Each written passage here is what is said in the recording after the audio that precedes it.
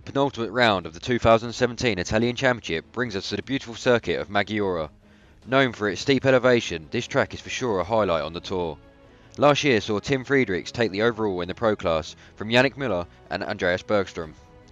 Yannick is set to win the title this year and can get one hand on the crown with a good result this week. He is followed by Ben Seberg and Alana Solis. Throttle control will be key to succeed on this track, who will show they have what it takes. At the drop of the gate in Moto 1, it looks as though it would be new Transmoto rider Jason Helm and champion-elect Gatland leading the field, but Gatland got caught up with Jarno Bleekmans and went down. Helm set off in the lead ahead of Jan Horst and Spaniard Jordi Prats. Would the South African set off into the sunset and not look back? After just 3 laps, Jason had already pulled a 12-second lead on top qualifier Rasmus Balzer. Helm looked very comfortable and consistent on this technical track. He would stretch his lead out further during the early stages of the race. Lap 4 would see Gatland move from 11th to 10th with this move on the stricken Nicholas Wilde. This put him in touching distance of the title, with Cedric Vienne still buried in 18th place. Rasmus Balzer then went down in 2nd place, handing Helm an even bigger lead. This also meant that Logan Irvine, who was having his best motor of the season, was right on Rasmus's rear wheel. Balzer was the quickest on the track, but these mistakes were costing him. Kevin Hergel, the Frenchman, was sitting 3rd in the championship, but was also buried in 12th place, just behind another moto winner this season, Senna de Smelly. Could these two push each other through the field? Gatland was slowly making his way forward. He edged his way around Shawn Mullins on lap 7 to get into 8th. He had a group of riders up to 3rd in front of him. Would he get there, or would he play it safe and clinch his first ever title? As Jason Helm took the white flag, he had a 12-second lead over Rasmus Balzer. Could the likeable South African complete yet another perfect lap to clinch his first ever moto win? Balzer was charging hard and running very good lap times, but it looked like Helm's consistency would pay off. Helm successfully completed the final lap and would come home as Moto 1 winner, a commanding start to finish victory for him. He would finish ahead of Rasmus Balzer and Thomas Baptiste. But it would be Jack Gatland who would cross the line in 7th place and be crowned 2017 Italian MX2 Amateur Champion. When Moto 2 got underway, it was Senna de Smelly who's rounded the first corner in the lead. A much better start for the Belgian in this moto. Also getting good starts were Tim Schultz, Gatland and Moto 1 winner Jason Helm. Lap 2 saw Schultz take the lead, but he had company in the form of Baptiste, who at this point was well positioned for the overall victory. Moto 1 winner Helm had a tough start to the race and was back in 13th place on lap 3. He made his way around Cedric Vienne on this downhill and set his sights forward in hope of rescuing his overall chances for the day. Tyler Harris had passed Tim Schultz for 2nd, and these two would battle hard for a couple of laps and swap positions a number of times. Both riders were riding very respectively and giving the Italian fans a great show to watch. Schultz would get past Harris and try to extend his gap, but the American would not let him go. Baptiste was now running away with this moto. The Frenchman had pulled out a 12-second gap on the ever-improving Tyler Harris. Baptiste, the next pro, was definitely out to show the fans he still has what it takes to win. Our Moto 1 winner, Helm, had muscled his way into the top 5 by the time the 2-lap board was out. After a poor start, Mr. Consistent had shown once again why he is fast becoming one of the best amateur riders. At the checkered flag, it was Thomas Baptiste who took the moto win, even after this almost coming together with a lapper. It was Tyler Harris in 2nd, followed by Tim Schultz in 3rd. Thomas Baptiste would take the overall from Jason Helm, who moved up to 3rd in the championship. Tyler Harris put 2 good rides together to get 3rd. He was followed by the Italian Simone Santini and Logan Irvine in 4th and 5th respectively. Another good day of racing in the MX2 class, with Baptiste taking his first overall of the season, Helm taking his first win, and Jack Gatland taking his first ever title. The MX1 Championship is seriously hotting up. Christopher Johnson has extended his lead over Luca Tyrone to 18 points, and an injury to Tony Laguerre means his title chances are over, as he cannot make this round. Here's what happened at round 9. At the start of Moto 1, it would be RKI's Ivan Delari leading TM Factory Racing's Christopher Johnson. This is the kind of start we've become used to from Johnson, and it is probably one of the reasons why he's at the top of the championship hunt. This mistake from Ivan Delari allowed Johnson through. Could Delari recover, or would Johnson run away with this race? The Swede was doing everything he needed to do. 2nd place in the championship was the fast Italian Luca Tyrone. Tyrone wasn't at his best in the early stages of Moto 1.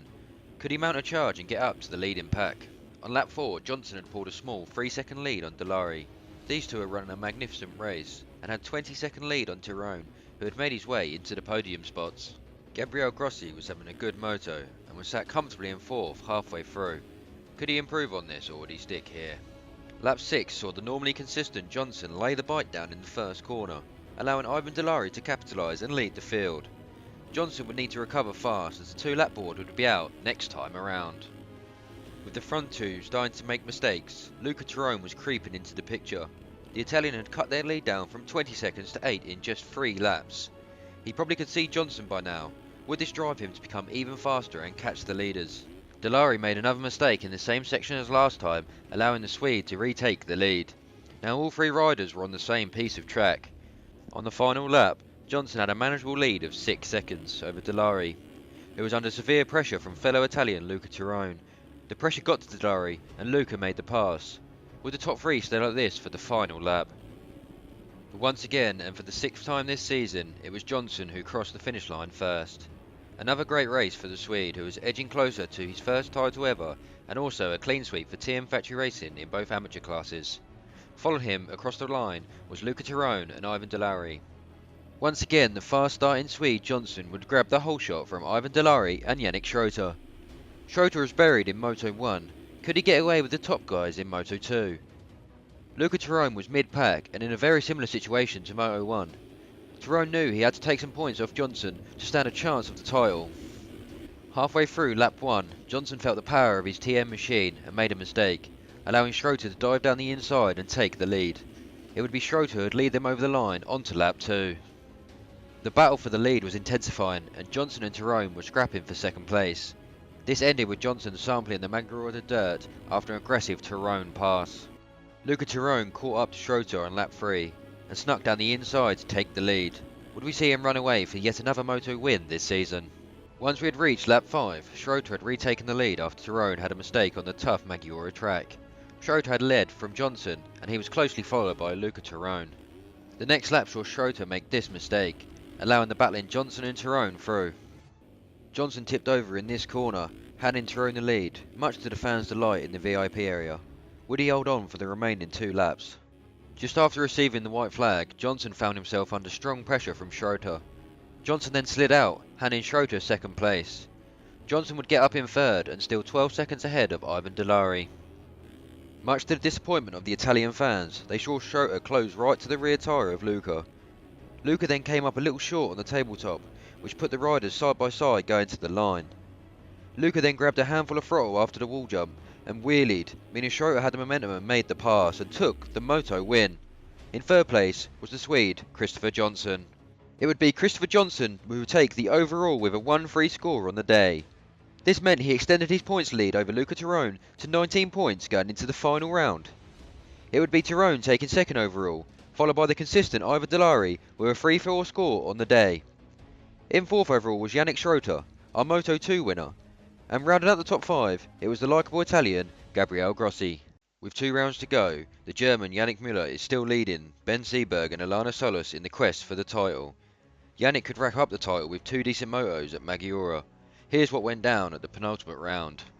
In Pro Moto 1, it would be TM Factory Racing's Alana Solis with the whole shot, leading championship leader Yannick Müller and Britain's Harry White to the first corner. It would be Solis leading Müller, Julian, White and Linz at the end of lap 1. Solis then made a mistake and surrendered his leading position, handing spots to Yannick Müller, Corentin Julian and his new teammate Harry White. The battle for 4th in the championship and 2nd in the race was heating up between Madcape's Corentin Julian and Harry White. On lap 5, Yannick Müller had pulled out a 9-second lead on Solis. Yannick looked stylish around this track, and with his nearest championship rival in 6th, he looked set to gain some good ground in the championship. Xander Bigwood was riding for the first time since round 1, and had made his way past Corentin Julian into 4th place. The Brit looked very comfortable considering the lack of seat time he has had recently. Solis then capitalised on a Yannick Müller mistake and took over the lead. These two topped the qualifying charts and were definitely bringing it into the races. Bigwood and White were pushing hard, trying to lock down 3rd place. The 2 Brits looked like they were having fun and were definitely entertaining the Italian crowd. A poor start for Ben Seberg made this race a tough one for him. He would make his way up to 4th behind Harry White on lap 7. Alana Solis rode an outstanding race, and the Lithuanian would take the checkers in Moto 1 ahead of Yannick Müller and Ben Seberg. Salas once again rocketed his TM machine out of the gate in Moto 2 and secured the whole shot. The Lithuanian was definitely feeling it today. Behind him was David Prevost and Corentin Julian. Championship leader Müller went down in the second turn with Di Pietro and Jay Turner. Would the number 1 bike make his way to the front of the field again? Everyone was chasing Salas. Behind him, he was followed by Julian, Seberg, Clint Martin, Harry White and Luca Cavallero. By the end of this lap, Corentin Julian had fallen back to 5th, after the stylish Harry White scrubbed past him on his downhill tabletop. The Australian Clint Martin was now in second behind Alanis. The aggressive style of Martin seemed to be working and he was gapping Ben Seberg in third. Yannick Müller was still only in 8th place come lap 6. The German needed to find a little extra to catch the leading group. He was now only 8 seconds behind his teammate Corentin Julian. Luca Cavallero was the top Italian in the race. His consistent pace had meant he had moved up to 4th place, quite a way behind Ben Seberg though. Salas was ticking off lap after lap. He had kept his lead on Martin at around 8 seconds, and with just 2 laps to go, it looked like he was about to go 1-1 on the day. Harry White was putting in another solid ride. He was sat in 5th and closing on Xander Bigwood. These two were inseparable throughout the day. But for the first time this season, it would be a 1-1 for Alana Salas, completing a memorable day for the TM team. He was followed home by Clint Martin and Ben Seberg. Müller would cross the line in 7th, meaning he wouldn't clinch the title today. Taking the overall here today at Maggiora would be Alana Salas, followed by the Aussie Clint Martin. Ben Seberg brought his KXF 250 home in 3rd. Our championship leader Müller in 4th after his poor second moto, and Italian Luca Cavallero rounding out the top 5. This rounds up the highlights of round 9 of the Italian MXS Championship from Maggiora. Join us next week for some more brilliant racing at the historic circuit of Namur in Belgium.